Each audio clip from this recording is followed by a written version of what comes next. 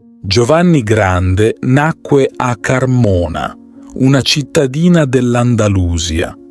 All'età di 15 anni rimase orfano di padre e fu mandato a Siviglia a lavorare presso un parente mercante di tessuti.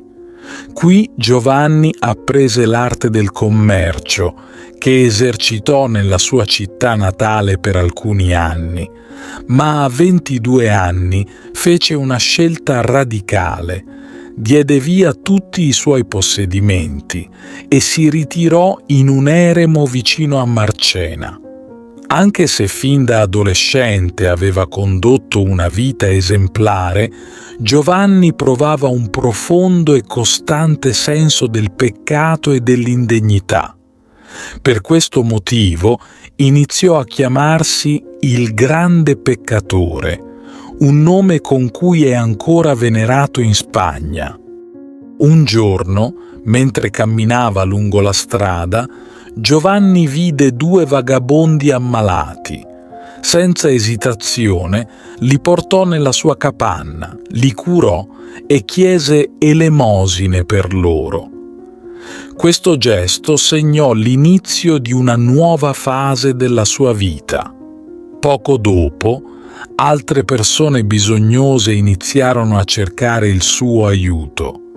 Giovanni si sentì chiamato a lasciare la vita solitaria per dedicarsi ai poveri. Si recò a Jerez della Frontera e iniziò a lavorare nella prigione locale, dove i detenuti vivevano in condizioni spaventose.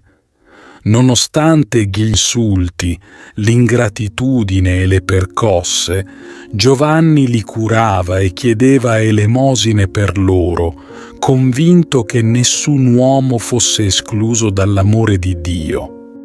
Successivamente Giovanni lavorò in un ospedale vicino. Qui il suo impegno verso i malati suscitò l'opposizione dei responsabili, che si sentivano rimproverati dalla sua dedizione. Tuttavia, il suo esempio impressionava favorevolmente chiunque lo incontrasse. Una famiglia benestante decise di costruire un ospedale per lui, che si riempì subito di ammalati.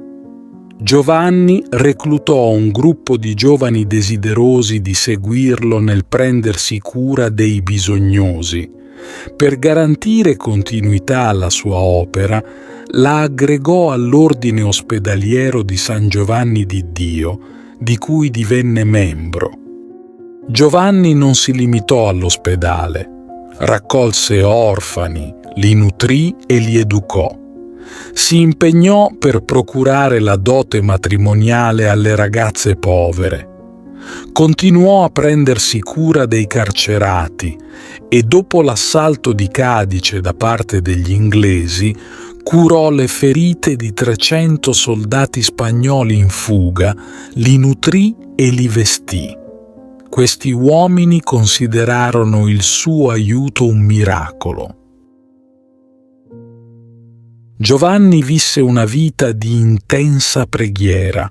Quando, durante le preghiere, veniva rapito in estasi, chiedeva perdono agli estranei che lo osservavano e poi proseguiva tranquillamente per la sua strada.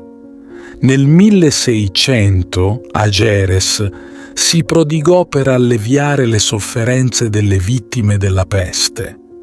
Ogni giorno morivano 300 persone ed egli stesso contrasse la malattia. Morì all'età di 54 anni e fu beatificato da Papa Pio IX nel 1853. La storia di Giovanni Grande è quella di un uomo che, attraverso la sua umiltà e dedizione, ha trasformato la vita di innumerevoli persone, dimostrando che l'amore e la compassione possono superare ogni avversità.